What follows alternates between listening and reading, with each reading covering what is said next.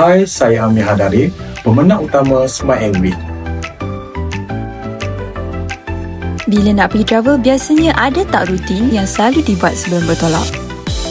Oh, itu semestinya sebab selalunya bila saya nak pergi travel, benda yang perlu saya fikirkan adalah saya punya checklist lah, seperti ke mana saya nak pergi, dan saya akan pack saya punya baju secepat yang mungkin, saya bawa semua ubat-ubatan, dan juga yang paling penting sekali, planning dalam saya punya perjalanan lah, dari satu tempat ke tempat yang lain.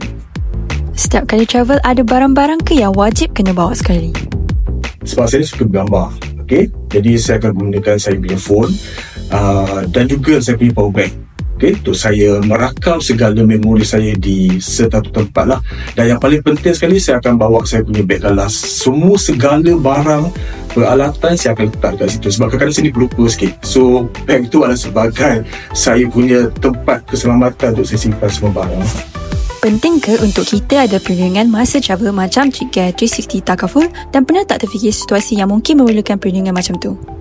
Ya, ia sangat penting sebab bila kita perjalanan ataupun kita pergi ke suatu tempat, kita tak tahu apa akan berlaku dari segi kesihatan, kewangan ataupun perkara-perkara yang tak diingini. Jadi dengan adanya Takaful ni, sekurang-kurangnya dapat memberi jaminan yang bagus, terjamin, dan kita punya perjalanan akan lebih selamat. Dapatkan Tripcare 360 Takaful.